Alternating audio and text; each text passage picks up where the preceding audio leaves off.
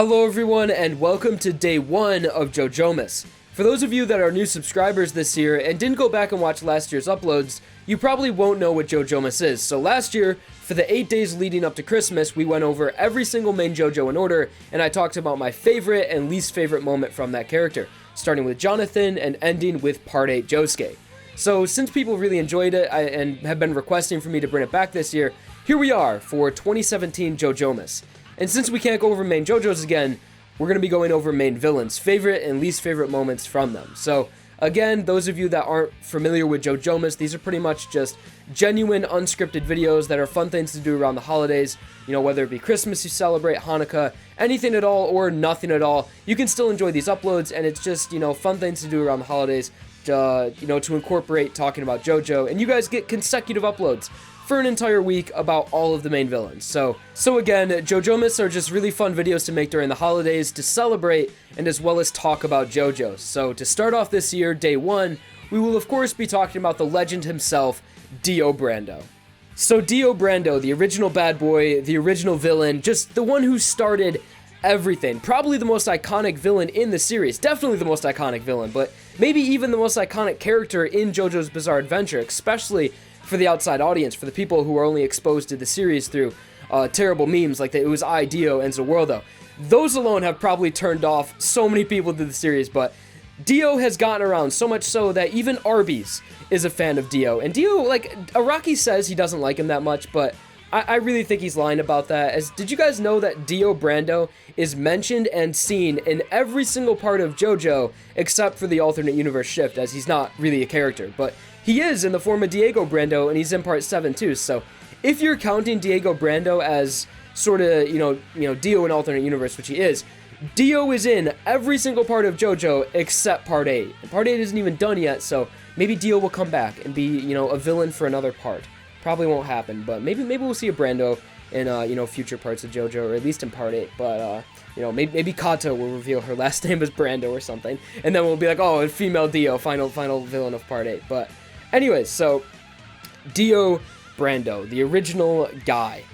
So much to talk about this guy, really. I mean, so if I had to get into my least favorite and my least favorite and favorite moment from this character, I definitely have way more least favorite moments, as in part 1, Dio's just not that likable of a character. I mean, Jonathan is of course the good guy gentleman that you're supposed to root for and the protagonist of the series, and just an overall great person. He's metaphorically the shining light of justice throughout the entire series, so it's kind of hard to like the character that is just trying to ruin Jonathan's life, but I know a lot of people do like the villain types in a manga series, so if you really just like people that are complete assholes and evil for the sake of being evil, Dio Brando's right up your alley. So getting into my, let's start with favorite moment from Dio, because I can go on with least favorite moments for a long time.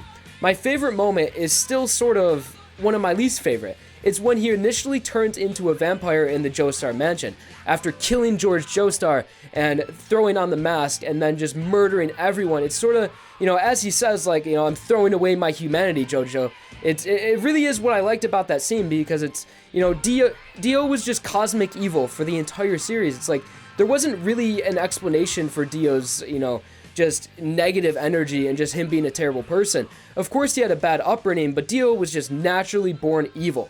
Nothing good was in this man's heart, just desire to make other people feel pain, and just, that's what he was. He was just cosmic evil and just a naturally evil person. So it's like, he was just, he almost wasn't a human in my eyes. So when he finally turned into a vampire, it was like, okay, he has everything he ever wanted, and it's like, finally, I don't need to look at this person as, you know, sort of a human that is struggling to feel empathy and real human emotions. It's like, he finally is what I always viewed him as, just a maniacal, evil vampire, completely separate from human, an entirely different race, species, whatever you want to consider. Just an evolution where, you know, I don't need to look at him as he's a human anymore. He's just not.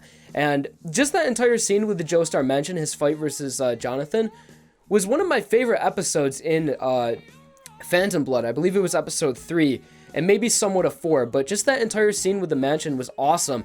And it was just, you know, Dio himself, once he finally turned into a vampire, it was almost like he achieved everything he ever wanted, and he wasn't even, like, really surprised. He just felt natural. Like, vampire Dio felt more like Dio than human Dio.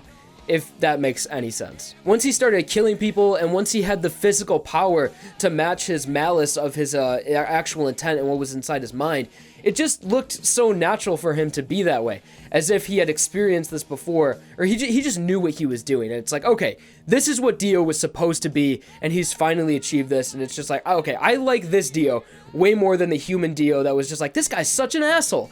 And now instead of being such an asshole, it's like, okay, this guy is an actual villain, and he is actually like just cosmic evil, even more so than before. So yeah, I don't know if I articulated that the best way possible, but my favorite moment for Dio was just when he became something he always was. I never really saw Dio as a human because of how evil he was. He was never relatable, and just his lack of empathy was just, it made him feel like something much more evil than human, and he finally turned into that, and it was like, okay, all right, I get that. And just like the scenes in Phantom Blood, like Dio, I'm struggling to see the orientation of this because Dio's walking upside down here. Just like when he starts doing his very supernatural things, like, walking through fire, being able to survive gunshots, like I said, he wasn't even shocked. It's like he was just waiting for this moment his entire life. Like when he gets shot in the head, he's just like, oh yes, I've been waiting for this, like this is who I am, and just walking up walls and things like that. It's just, yeah, Dio turning into everything he always once was, just never had, the actual physical power to do it, but now he has found the way to do that with the stone mask. So that was my favorite moment from Dio. So getting on to least favorite moment, and it's pretty much like all of them, like really. But if I had to narrow it down to at least one, it was probably the scene right before he transformed into a vampire using the stone mask. And it was just all of the, horrible intent he showed, not so much to Jonathan, but more so to George. George was such a cool dude. George was the best person ever. He took in this orphan Dio because he felt like he had some sort of guilt on his shoulders, and he treated him like his own, and he did nothing but good things for Dio. And Dio, just like I said, lack of empathy, lack of any real human emotions except for just malice, just wanted nothing more than to kill George, take his inheritance, and just destroy the Joestar family. And it's just like, George was just such a kind and wholesome person. It was just so shitty seeing the things Dio would do to him, like trying to poison him and him slowly dying. And then especially at the end when Dio goes to stab Jonathan and he ends up stabbing George because George, again, a great person, jumps in front of it. It's just like, Dio didn't fucking care. Dio, he doesn't care if he kills George or Jonathan. He wants to kill both. And of course, that kind of ties into his hatred he showed towards Jonathan the whole time. It's like, Jonathan is just, him and George, the whole Joestars, were just such good people, and he just fucked their lives up so much because he's evil. That's all Dio is just evil. I mean, killing Danny, horrible. Killing George, terrible. Trying to kill Jonathan, unforgivable. It just goes on like that for a while of Dio just fucking with Jonathan's life. And, later, once he goes into his transformation and becomes more of a vampire, a lot of his actions don't seem, they don't have that much of an impact because he is so far away from Jonathan and he's so elevated. He's not so much, he's not on par with them as a human. He's just like this, he's turned into nothing more than just the embodiment of a bad guy. So it's not like, oh my god, Jonathan's stepbrother, is betraying the family. It's more so just like, he's an evil villain, I feel no emotion for him, and I just want Jonathan to defeat him. So it's really in the earlier episodes of Phantom Blood, in the earlier chapters, where when Dio's evil feels a lot more unforgivable. So those are my least favorite moments from Dio. Sort of before he turned into a vampire, and when he was still human, but acting and doing the things of just a complete evil vampire. So Dio, not the most likable character in JoJo. Definitely not. So guys, I think that is going to do it for the first day of JoJomas. Again, for those of you that haven't seen JoJomas before, this video will probably give you a perfect idea of what the series is like. Really genuine, really unscripted, really poorly executed videos of me talking about this year my least favorite and favorite moments from the villains. So next episode, tomorrow, we are going to be looking at main villain of part 2, Cars, and I actually really like Cars, so it's going to be a good episode.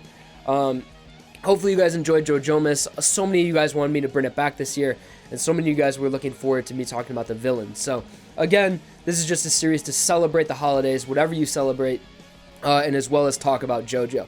I really like making these videos. They're really fun, and I don't know, just the consecutive uploads all week, and just, you know, kind of, you know, celebrating the holidays in JoJo along with you guys is a lot of fun every year. So thank you guys for watching. Hopefully you guys are looking forward to the next episode tomorrow, and as well as all of the days leading up until Christmas. So thank you all for watching. I really appreciate it. I will see you all tomorrow. All right. Dio Brando is he's